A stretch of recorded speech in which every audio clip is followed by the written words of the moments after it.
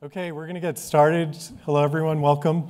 I'm Kevin Delaney. I'm the editor-in-chief of Quartz. It's a global business news site, which is at qz.com. This session is being streamed live on our site on qz.com and also on Yahoo Finance. So hello to people out there who are watching as well. You can follow on Twitter and you can tweet from the session if you want using the same WEF19 hashtag. So Quartz has been hosting the panels about how to fix globalization here over the past few years in Davos.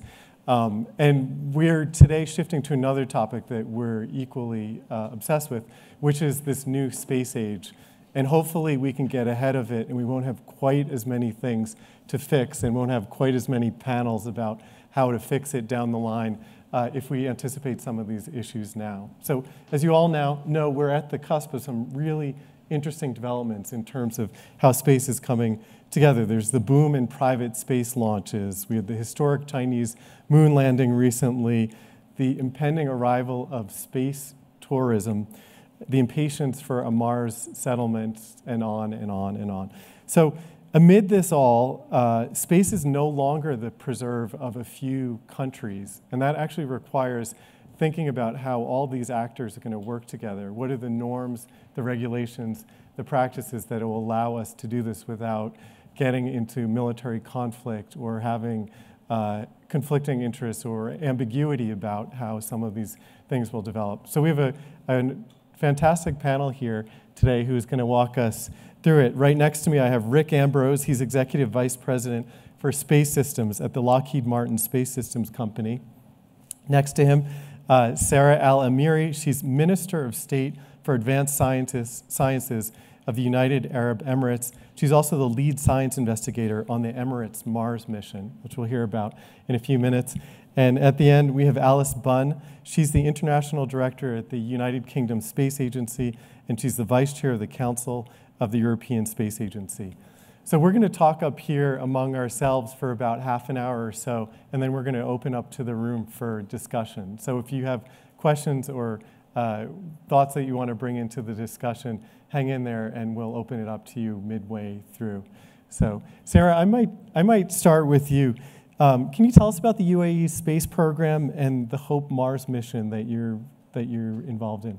So the UAE Space Program as a development program started in 2006 with the objective, and this is a bit different than other nations, but with the objectives of building capacity in science and technology and engineering and elevating the capabilities when it comes to design and manufacturing for systems.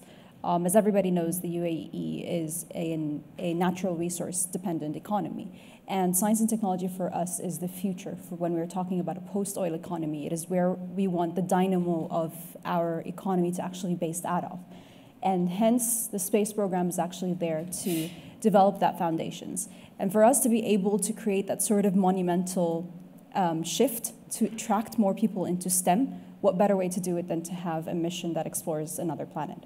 And that has created a movement not only within those that are within the engineering and the science fields in the UAE, but it has created quite a movement in children at schools and changed their perception of what they can do.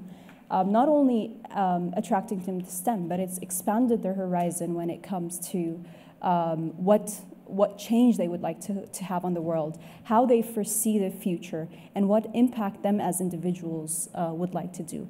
And this is one of the main drivers of the Emirates Mars mission. It's the first mission out of the region to explore another planet, and it's meant to study the planet and provide new data, scientific data, to the science community around the world. So not only is it there to impact the country, it is also there to increase understanding on the planet Mars. And so this is the Hope Mars probe mission. Yes. And in some ways, it's sort of a case study for our new age of space exploration. Can you just tell us some of the collaborations that are involved here in this mission, in addition to your own team? So within the team itself, our initial approach was capacity development, as I've said. And the timeline that we've gotten is quite different than other missions. Other missions usually get about 10 years to launch a spacecraft to Mars. We had about 6 years to launch a spacecraft to Mars for several reasons. One reason being we would like to innovate the way programs are approached for planetary exploration missions. And this is what a lot of new space entrants are actually doing, because so heritage is great, but with heritage comes a lot of baggage of failed missions that is incurred into the design and development process of space. New entrants of space can look at it from a different perspective, because that baggage doesn't exist from decades ago. And the approach for international collaboration was actually to go to research institutions and work with them, because their primary objective is to generate knowledge and to create new knowledge and to share knowledge. And therefore, we're currently working in partnership with the University of Colorado. They have got a lab out of there called the Laboratory for Atmospheric and Space Physics, LASP. And also, we're working with scientists to develop our scientific capabilities when it comes especially to physics and research about the planetary atmosphere, with the Arizona State University, and also with the University of California, Berkeley, at the Space Science Lab, SSL. And your launch will be out of Japan next year with a private space. Absolutely. So our launch will be using Mitsubishi Heavy Instruments. It's out of Japan. So if you're talking about international mission, our endeavors have always been international. And one of our primary, when it comes to Earth observation, one of our primary partners is South Korea. Yeah. So this is sort of giving a perspective of the non-typical sort of space nations that come to people's minds, like ESA and NASA. It's actually global players, so many global players that are currently entering the space race that are supporting the development. Yeah, and so it's not, because of this whole ecosystem that's developed, it makes it accessible to beyond the traditional space powers. Yes. Alice, I want to bring you in, UK Space Agency. Can you talk us through your focus there? Yeah, sure. I mean, fantastic to hear of the ambition coming from the UAE Space Program. I mean, it's really, really inspiring. And I think in the UK, we're also very ambitious in our space programs. I will probably highlight 3 areas of focus at the moment. So we have recently announced our ambition to enable launch from UK soil. So we hope to do that in early 2020s. And that is in recognition largely of, the subject today, the new space age. We recognize that missions are changing. Yeah. They're not all these great, big, institutional birds anymore. We have a whole range of missions, and increasingly they're getting smaller in size, and that opens up a new opportunity for launch. So that's one area that we're really excited about.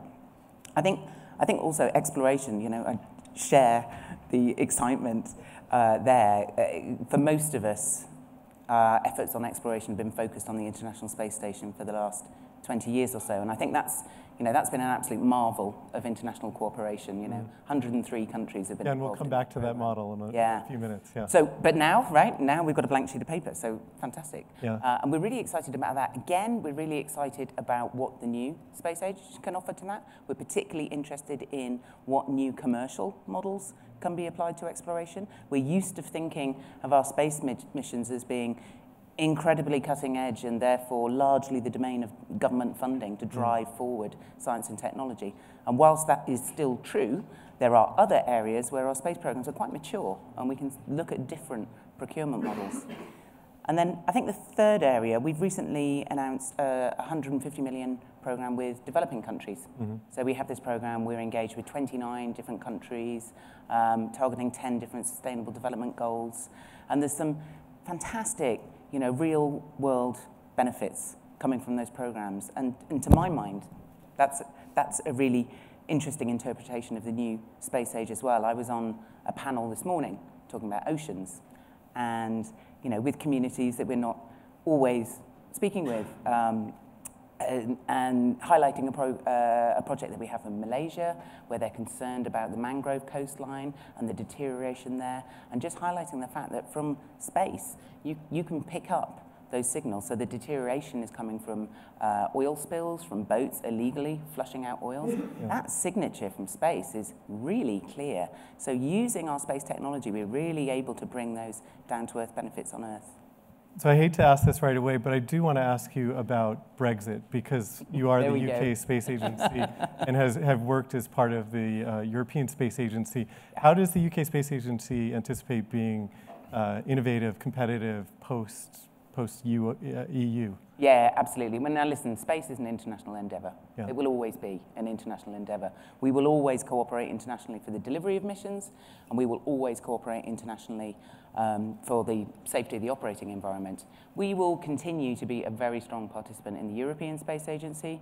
We're looking forward to the next ministerial meeting, that point at which we make new commitments to new programmes at the end of this year. Bear in mind, the last time we had one such meeting, it was at the end of 2016. We had already had our referendum, and at that meeting, we were the #1 contributor to all of the European Space Agency's applications programs, so telecommunications, navigation, Earth observation. I think that's a really strong signal.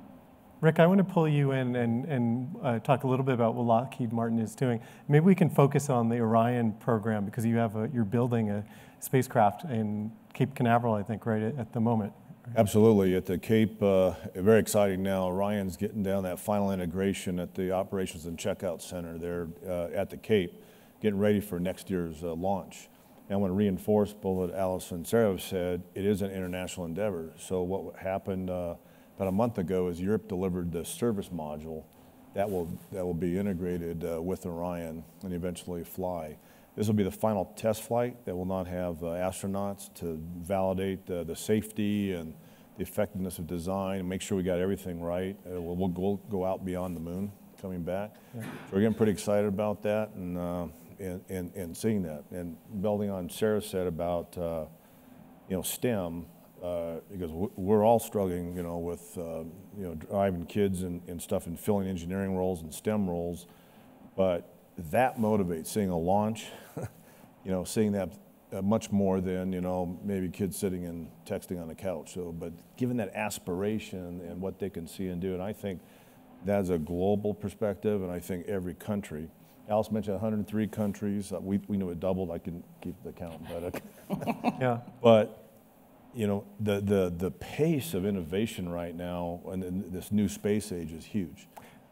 Right, and that's what's key. Yeah, and so we're going to get into some of the specific policy and other questions that you all are anticipating as we get into this next phase.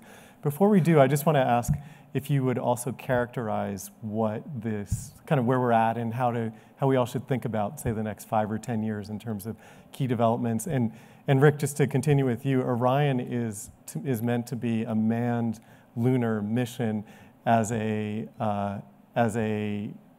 sort of building block for the development of a lunar economy. And this is something that, if all goes well, we can anticipate these sort of missions within a few years from now, right? That's correct. So, I know the U.S. government and administration with NASA is focused on helping develop that, lay the foundation. Yeah. And not just for the funding of Orion, which it starts with the moon and there's a Lunar Gateway, but ultimately have a safe travel to Mars. And we kind of, not to just play around with words, but people are talking about a race. We like competitive spirit, but where's the end point? Yeah. Mars is not the end. That's a stepping stone. We want to explore. There's too much to go look at out there. I mean, in our lifetimes? Yeah, I'd love to be in a lifetime, but but we're going to do it safely, right, step by step. But yeah, I think in our lifetimes you'll see not just going back to the moon, but staying.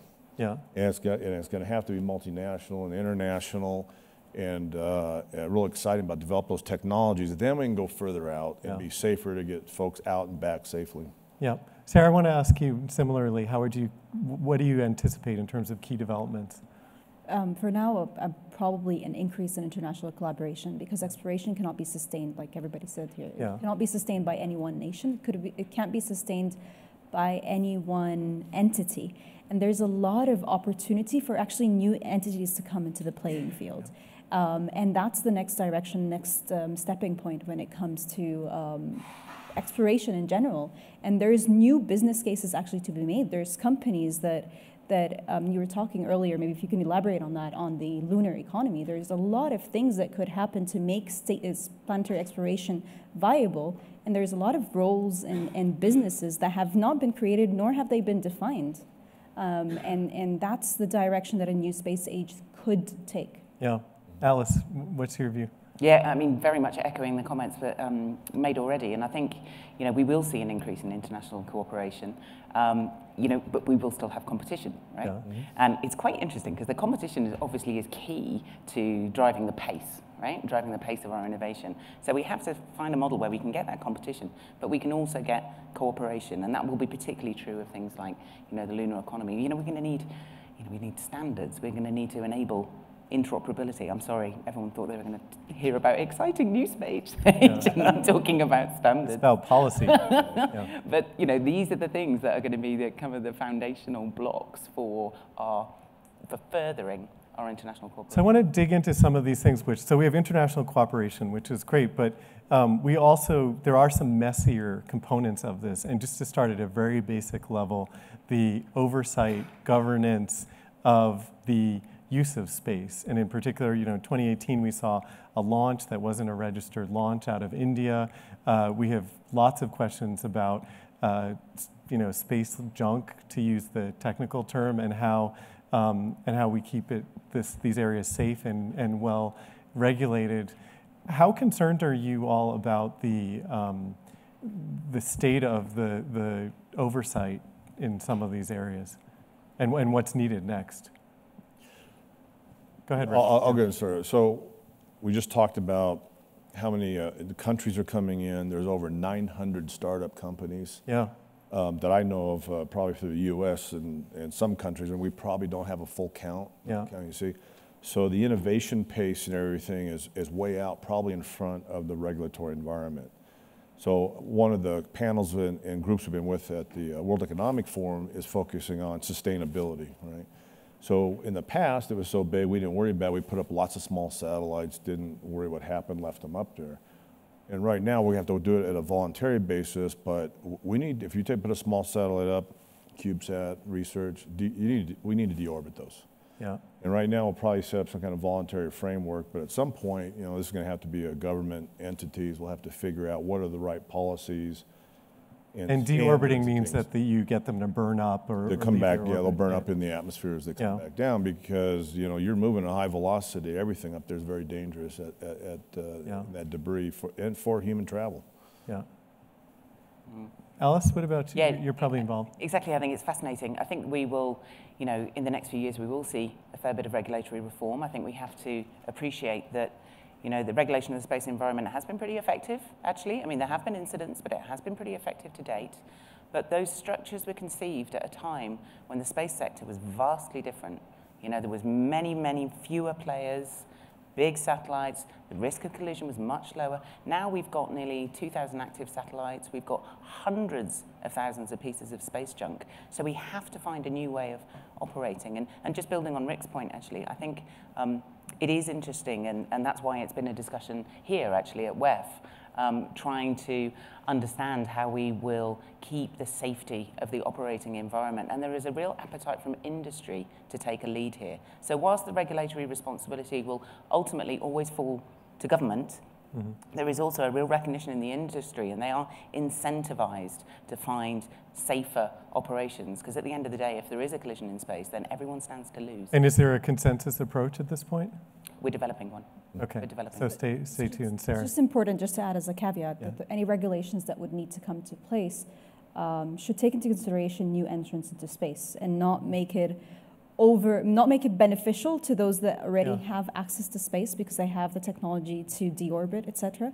And on the other hand, handicap new entrants into space. So as has regulations been before, this is a new, interesting time for planetary exploration, and this is something to look at when we're talking about regulations. Yeah, that's if I can comment, I agree with you. We have to be careful with that. One of the things we talked about in the forum there is, for instance, I know NASA, and I'm probably ESA, they actually put online how to do that. And it's a pretty simple system, like in a deorbit case, that anybody, any country can download at no cost to go do that very simple system. So, and I think, you know, as a community, we just have to make sure we don't want to shut down that innovation and that participation. I agree 100% with you. Yeah.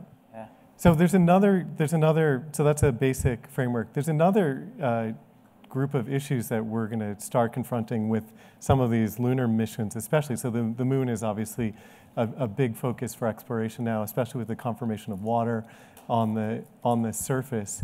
Is there a risk of a land grab given a relatively ambiguous framework now for how countries or parties, whoever they are able to claim locations, resources, anything in a place like the moon? Alice, you're laughing.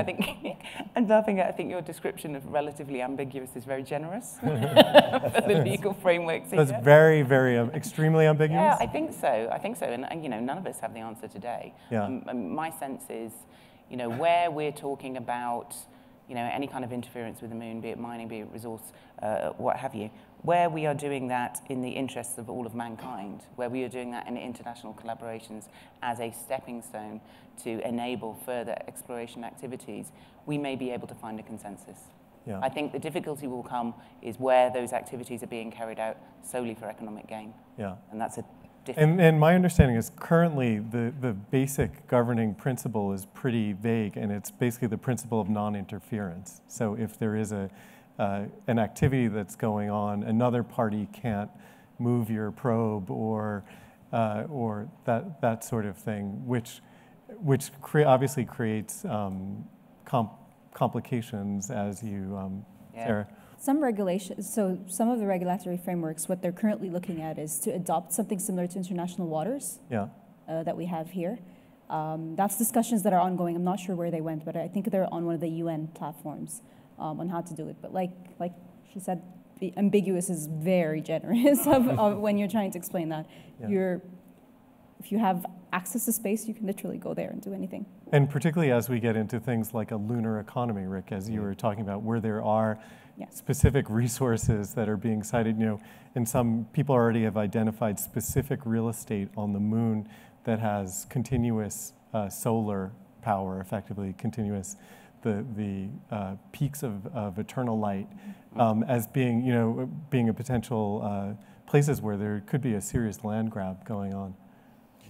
Yeah, like we have to build that economy, and I think we'll face in, as Alice said, to these issues. I mean, if you think about a lot of these policies and government agreements were put in place a long time ago before we were going to have such a robust exploration. So as we move out and more people move out, it's going to have to be picked up by the agreements reached across government entities and regulators to establish that. Is the ISS, International Space Station, any model in this regard? You know, Alice, you've obviously interacted with them. Is that? Yeah, I think inevitably, you know, there must be best practice that we can learn from the ISS. But I think, you know, we should also recognise we are at a different point in space exploration. Yeah. You know, those models were conceived 20, 30 years ago. In non-commercial contexts, largely. The sector looked, you know, very limited number of public administrations involved in negotiating. Absolutely, absolutely. I mean, I see certainly ambiguity is much closer to Earth as well. So some of the really exciting things I think happening around innovations for in-orbit servicing, for instance, are really exciting. But our existing structures don't enable that new market opportunity, don't enable that new capability. I mean, to give an example, just the spectrum filing process. Yeah. You know, the principle is that you go up to one orbit and you stay there, right? Yeah.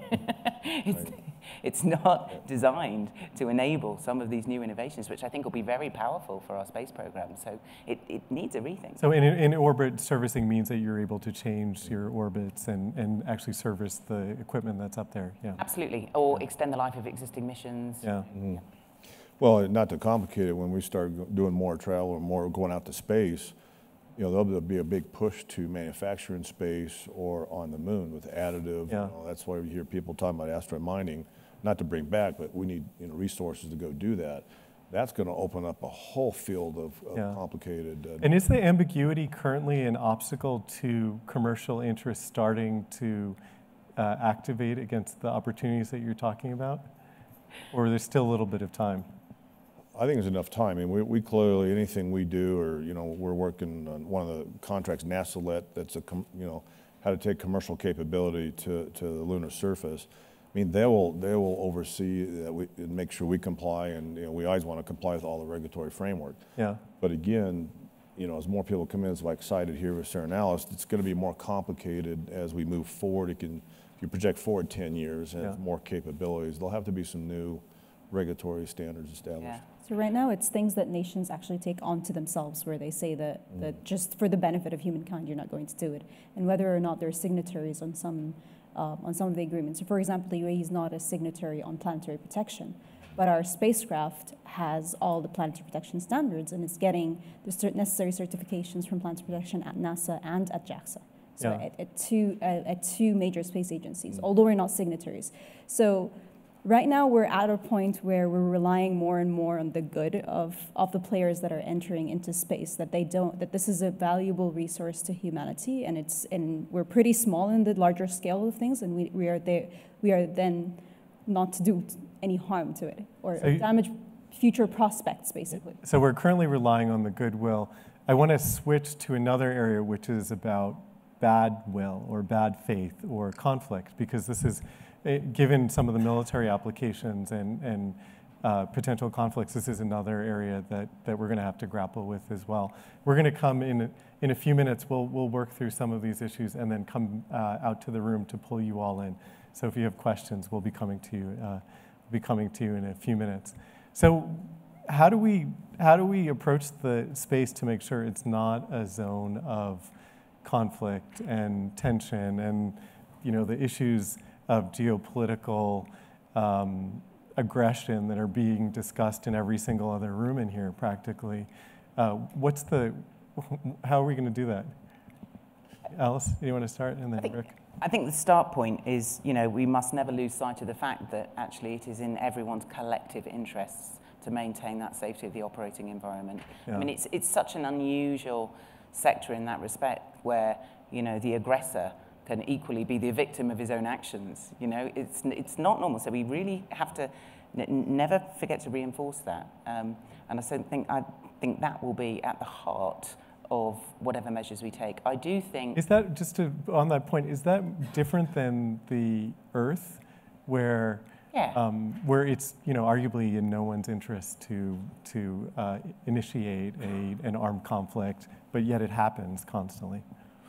Yeah, I think it is. I mean, I use the analogy, you can think of orbits as like ring roads around major cities, right? Yeah. But if you have an accident on a ring road on a motorway, okay, that's bad, but ultimately you can, remove those damaged vehicles and you can reopen the road. In space, there's none of that. You can't get the vehicles away, and you can't stop more vehicles piling in from behind. So I do think it's at a different scale. Of course, conflict is bad news, wherever it happens. But I think the damage that you will do to the space operating environment is very much affecting every operator. Now, I think what's interesting is, as we see an increasing number of players, as we see an increasing number of active satellites and pieces of debris, we will have to turn our minds again to how we manage space situational awareness, how we manage access to that information. Yeah. I mean, that data exists, and it has been very much in a closed system with the US military, and there's been very good arguments to do that. But I think we have to take this point of inflection and ask ourselves, is it still right that there is that closed system? And should we be working through international collaborations to find a way where all operators can get access to the information they need for safe operations? Yeah. Rick, you were going to... No, I'd say, look, I mean, Alice have very good points there with that, with the build on that. We talk about space, but there's a $370 billion economy or industry sitting around that's here. You disrupt space, you disrupt, your navigation system down here, if you could use GPS, ability to do, if you damage a weather satellite to protect life and property and get warnings out. It is interrelated to, how the entire, global economic system is. What is the 370 billion? That's the estimate of the current size of the space economy, if you will. Okay, here. And that's primarily satellite communications and... Well, the total wrap-up, yeah, everything that you'd say is space between launch and everything else. Yeah. And by a little aside, everybody's, we see launch all the time. It's really, public sees it.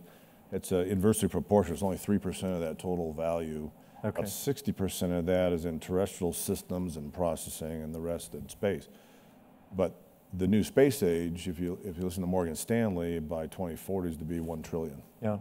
So to get there, we don't want anything happening in space that would cause the debris, that would damage our assets or anything, because that would impact that valuation. Just to stay on you for 1 second, and then maybe we'll pull Sarah in, but how confident are you that the conflicts here won't actually extend, and the rivalries won't extend to there? You have the two principal, the leads on the space agents, on the space station. You have the U.S. and Russia, which are in some sort of new Cold War. You have China's own ambitions, and I find it hard to imagine that the rivalries here won't actually spill into some of these areas, particularly given the ambiguity. So maybe Rick and then Alice. Well, yeah, I'll let Alice probably comment the most on that. I'm not, an expert in this area and things, but I think governments will have to talk about how do they manage this. As more and more people go up there, we are going to have to set up systems and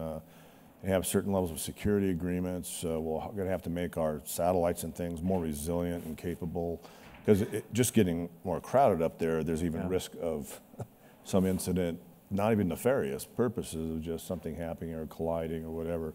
So we're going to have to deal with this. Alice mentioned kind of the space management of the things. You look at the early days of the airline industry, right? You didn't worry about flying when there weren't too many planes in the air, and then we had to create entire air traffic. So, and I think that's why the current U.S. administration was leaning and put that under Department of Commerce. Yeah. So that could be shared and work cooperatively with other governments, so we can better understand that. But I don't know if anybody has derived the policies yet of how you manage that. Do you do an altitude differentiation or a orbit regime? They're all studying this now to say what makes sense for the future. Sarah, just to get your perspective on this, there are all these conflicts. You're a party to this arena, but a different sort of power. Do you have confidence that there won't be a militarization of space, an extension of the conflicts that are... apart from the examples that Rick gave, our lives depend on space assets whether we know it or not. Yeah. No one, from the moment that they wake up throughout a 24-hour day, does not use something that is in space. And it's something that is very essential to our lives. And this is something that is, I think, understood across the globe. Yeah. And a basic example is every time you take money from an automated cash machine, it's actually using GPS, which is... Your phones, cameras here, television, access to information, access to weather. Just waking up in the morning knowing how to get dressed and getting out. That's because there's weather satellites out there covering all of Earth. Yeah. And I can only point to historic examples where this hasn't happened. So International Space Station is a very good example today. There has been so many conflicts with different countries that are part of that. Yeah. And it has ebbed and flowed. But the International Space Station has continued to provide research and scientific outcomes regardless of politics. And at the height of the Cold War, the US and the USSR collaborated on a joint mission in space when they were both actually competing with each other on the space race. So just due to historic evidence, it is not to the benefit of any nation to go down that path. Yeah. Alice, and then we're going to open it up to the room. Go ahead. Really just to re-emphasize what Sarah was saying, actually, because I think, none of us have a crystal ball, and it is evident that there's a lot of isolationist behavior on Earth at the moment, but we have a fantastic track record, It was the late 70s, it was the height of the Cold War, and we had over 70 countries collaborating on a global scientific experiment which was to lay the foundations for the first global weather forecasting capability. Sensitive satellite technology built by US, Russia, China, Japan, and Europe.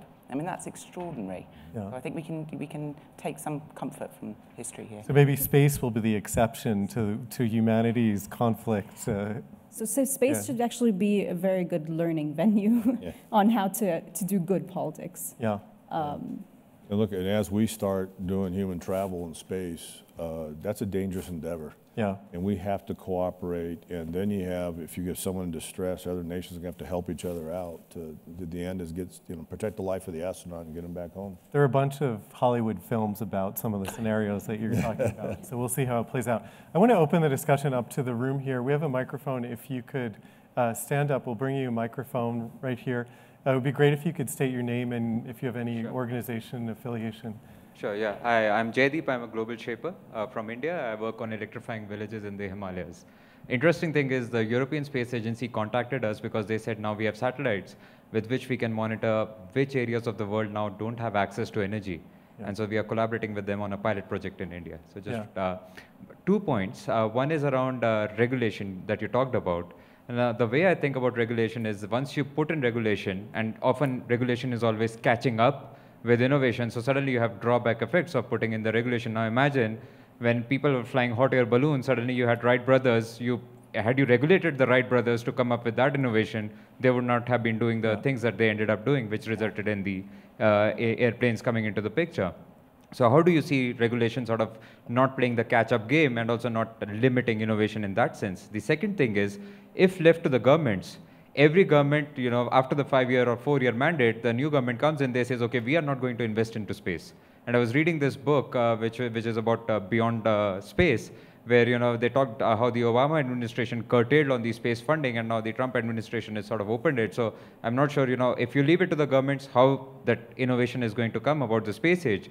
But for the private sector, for the Elon Musk and everyone, if you do not make it incentive enough to explore the space, why would they do that? So the entire debate about colonizing Mars or Moon, there has to be some economic incentive for the private sector to get into. So okay, so there are 2 parts of it. Alice, do you want to speak for the public sector? And then Rick, maybe the second part of it, the economic incentives, would be something you'd have. Okay, yeah, just to take the regulation point, it's an excellent question actually, and it's very well observed that we've been here before. History has taught us before, and you're absolutely right. Over-regulation is not the answer, and today we absolutely see that regulation reform is not at pace with innovation. And I think, to my mind, the answer is the same for many tech sectors, actually. We have to be careful not to be too special in space, because all these other sectors are having the same challenges. If you look at fintech, you look at AI, and the secret, I think, is, firstly, governments don't do anything in isolation. Right? Governments work very closely with the industry. There should be a no surprises policy. Government should not suddenly introduce any form of regulation that has not been long anticipated by the private sector. That enables both sides too. It gives government assurance on being able to take appropriate account of safety, but it also gives the industry time to innovate and evolve and make sure that we're all operating within the same regime. I think inevitably regulatory regime reform will all be slightly behind innovation, but I think the key is that government and industry are working very closely together, and there is a no surprise. So no surprises. And Rick, the economic incentives, maybe. Well, build a little bit of Al said too, is look, we always talk about either or, government or commercial, and it really has to be both.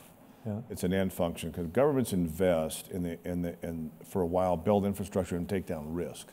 Think computers, think internet, everything else. So that's going on now, but you're seeing the agency now push to open this up for commercial. Commercial is going to need a way to generate a return, right? Whether it's resources, whether it's some other capability, or it won't hold. Now, there's a lot of activity. We mentioned 900 companies. I think Space Angels estimate there's $18 billion in the last several years into startups, $3 billion in 2018 alone. They're not investing if they're not seeing something that might be there. Now, I want to comment one more thing, because I always get asked a question, well, we want to go to, governments want to do commercial now, not whatever. We do commercial now. GPS is a great example. It started as a government system for a location, but that sort of GPS, and of course now it's partners with Galileo and others, that's engendered tens, if not hundreds of billions of dollars of startup industry and everything else. It's a great example of how that works together. Now, the first time we go out, so let's say go to a lunar environment, that there's going to be some different models come up, different business models people are going to figure out to get a rate of return. And the specific commercial activities that people are focused on right now are, as you mentioned, resources, so natural resources, mining, asteroids, the moon, wherever, and space tourism, right? Aren't those the 2 primary current ones people are thinking about? Yeah, that and others. There's infrastructure ones, like I mentioned. How do you do additive manufacturing in space? Yeah. Which might be, you could argue, is a derivative of of the actual effort. Yeah. Whatever, yeah. Why don't let's take another question now. There's a question in the front here, maybe. Did someone before have? Okay. Do you have anybody else who wants to? Thank you. Hi, I'm Ish Nelson from Quartz too. I kind of like your optimism that all the politics we have on Earth won't spread to space, but I think one of the things we're talking about this week a lot is how governments are changing and they are becoming much more nationalist, and even if you don't have a nationalist head of state, if you have domestic issues, you're forced to focus inwards. I mean, how can you be so certain that as we go forward that none of those conflicts do spread over? And your point that the US has the data and it needs to be opened up, right now we're in the middle of a government shutdown. How can you be sure that these issues will prevail over domestic problems that we have at the moment? Thank you.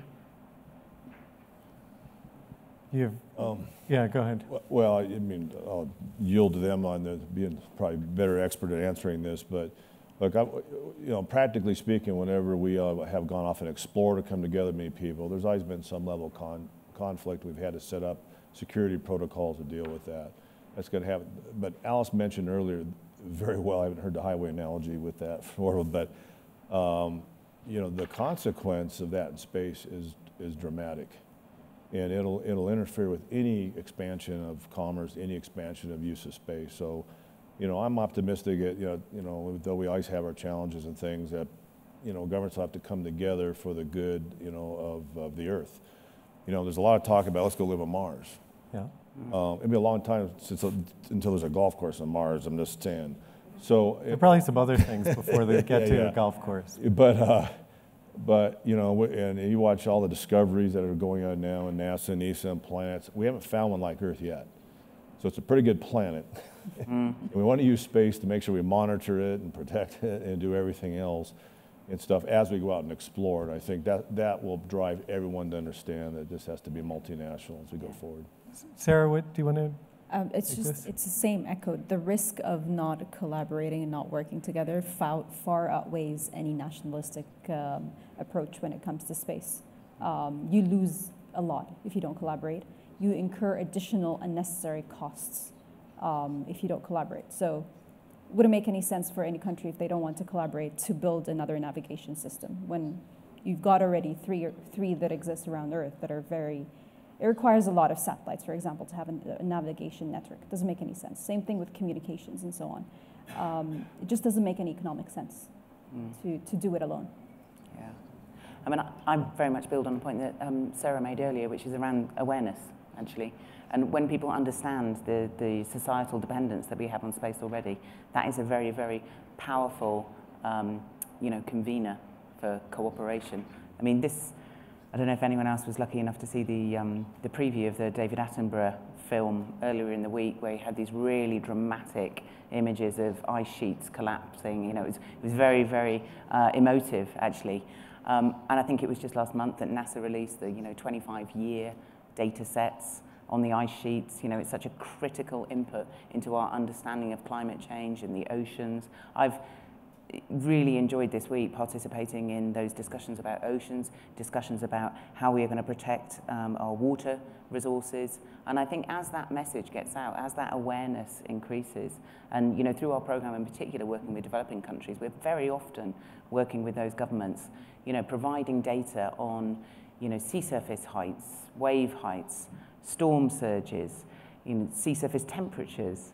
And with that evidence base, then you can start putting in place adequate coastal defences, for instance. So, we really are across the world all dependent on these technologies. So I think that awareness piece is very important. Even if we go down to actually exploration is not driven by governments sitting on a desk and agreeing to it. Exploration is driven by scientists' curiosity. Yeah. And they drive a lot of the international collaboration. Where prior to it becoming a national objective, the scientists have already done their job, created the necessary collaborations, know who they will work on, know who's going to develop the instrument prior to a mission being formulated. And it's those relationships that are actually, that actually outweigh, in exploration at least. That are probably less likely to be nationalist, for example. Science is a collaborative effort that has always been that way. We have time for one or two more questions, and then we'll come back to the panel to finish up in the front here. We have a question, a comment, something, a contribution. Hi, I'm Anjara Jackson. I'm a physician from the United States. Two questions. One is, you mentioned that there are about 900 upstarts in this arena? What exactly is their business? And then my other comment or question is, even with the best of intentions and cooperation, once you colonize, have commercial enterprises, conflict's going to develop. So what will be the laws of the land, and who's going to enforce that? Yeah, great. I'll start with the 900 companies. Yeah, okay, go ahead. 900 companies. What are they doing? They're across the board. So there's many that are doing small satellites, from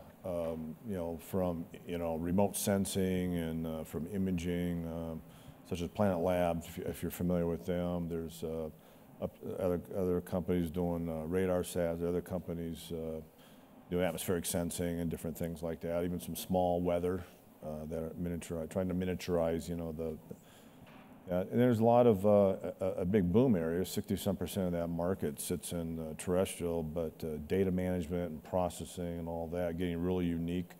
Because once we bring that together and put that in the cloud, then we can apply AI and other machine kind of learning techniques to really better our understanding of many disparate systems in those areas.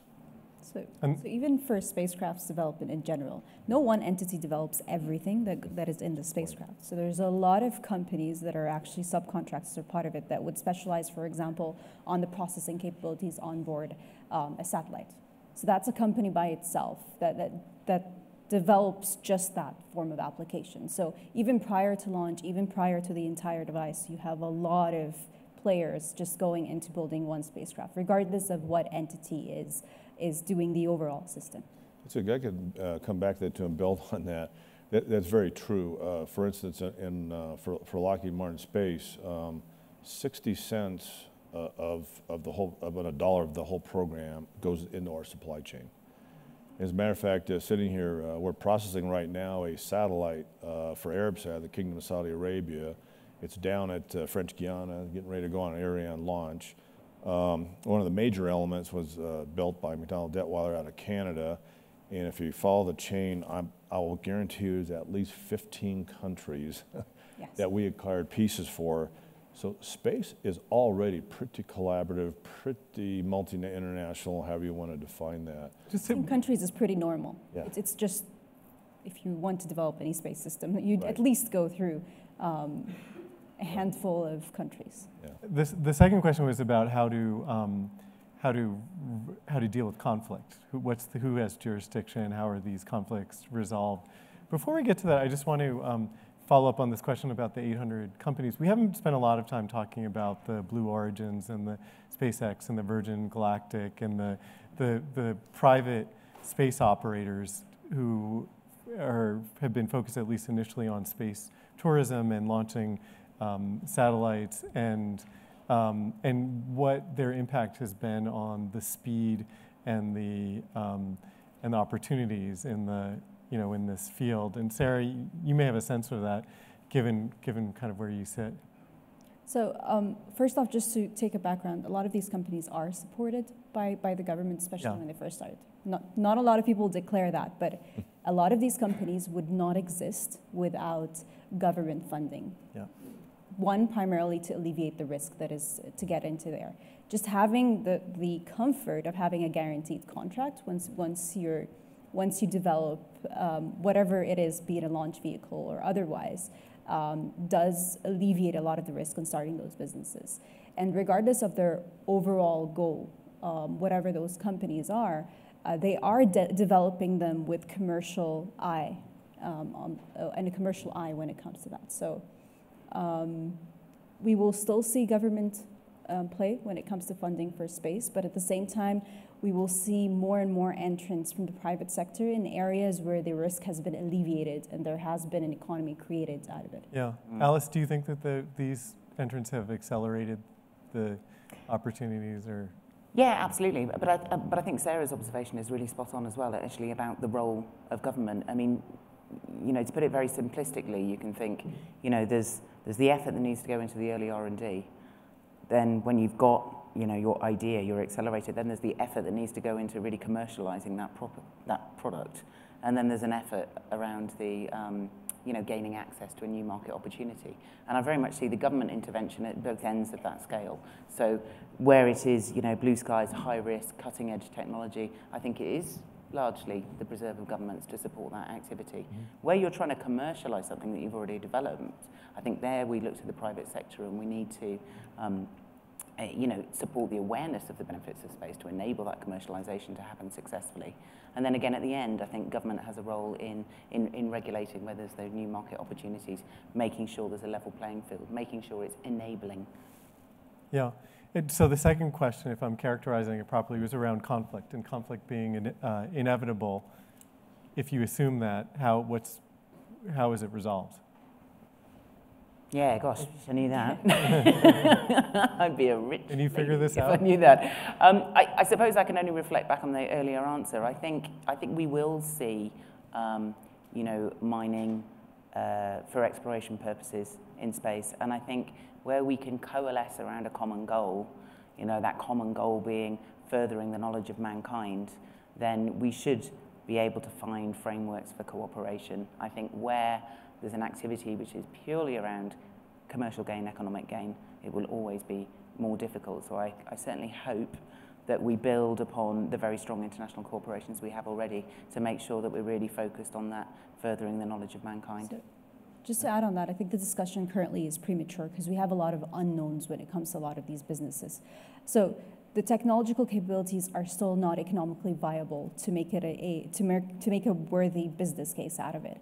And due to these so many unknowns, I think it's very premature to put any regulations or conflict resolution mechanisms in place without us better understanding the scene that's going to happen in the future. It is something that people are currently exploring, but it's not something that has still found a value out of. Okay. We've time maybe for one more question. Can you wait for a microphone and you can stand up so everyone. Hi, my name is Nikhil. I just wanted to follow up on Sarah's point about making sure that the regulation does not handicap the new entrants to this club. Yeah.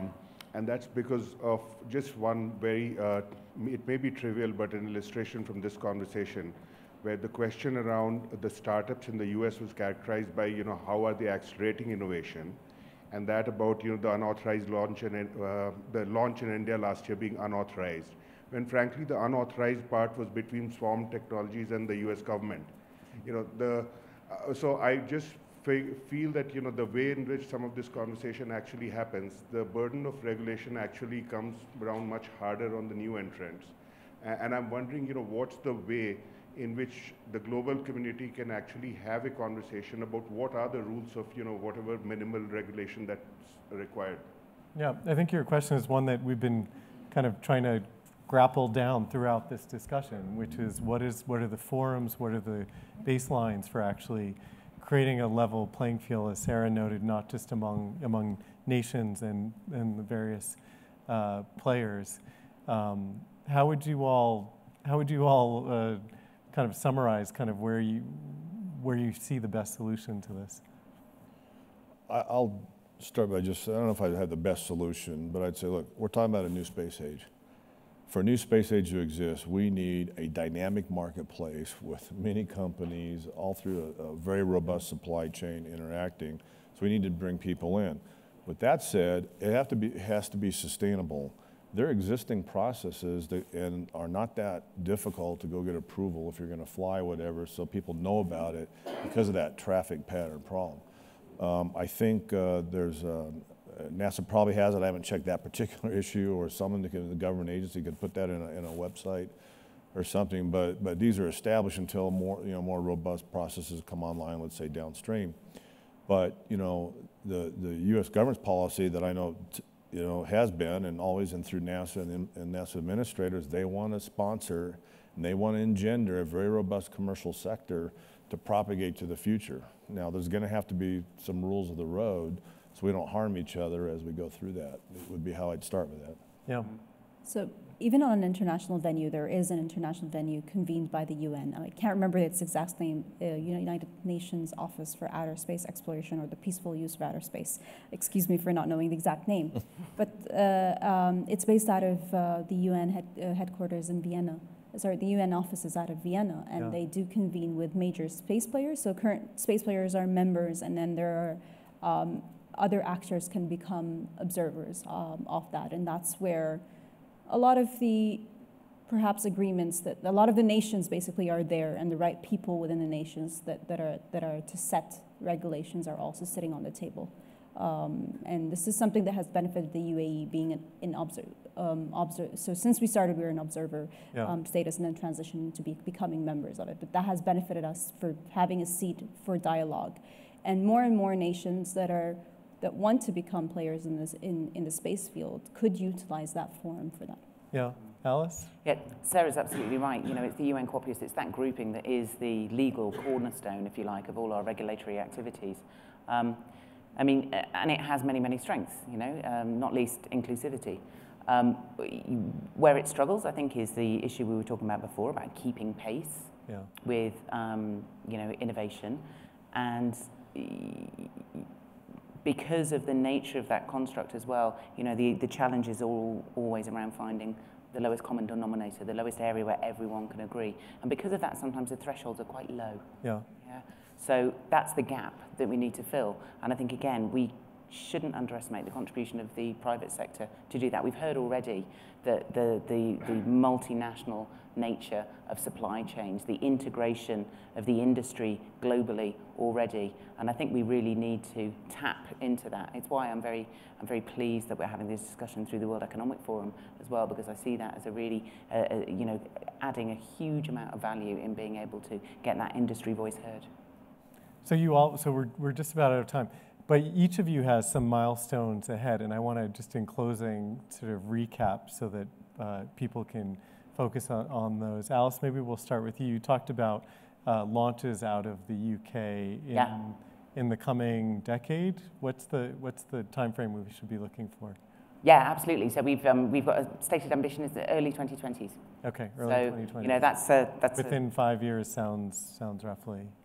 That would be early 2020s. Come on, okay. It's close. It's close. I would say, you know, the second ambition as well is really to make sure that you know, through our spending processes over the next couple of years as well, we can also really embed the huge range of applications that there are for our space service as well. I mean, and that's incidentally why a second initiative we've taken through WEF actually is to generate a prize, you know, an X Prize type construct where we will be looking for those latest novel solutions for using space technology for sustainable development goals. And I hope that that's something that we see an increasing trend of over the coming years. Yeah, and Sarah, so you have your Mars probe, which is scheduled for launch next year.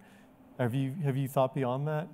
Yes, so the UAE does have quite, so we've launched our first home-developed spacecraft end of last year. Yeah. 2020 is the mark for us launching our spacecraft to Mars in July. To arrive to Mars orbit in the first quarter of 2021.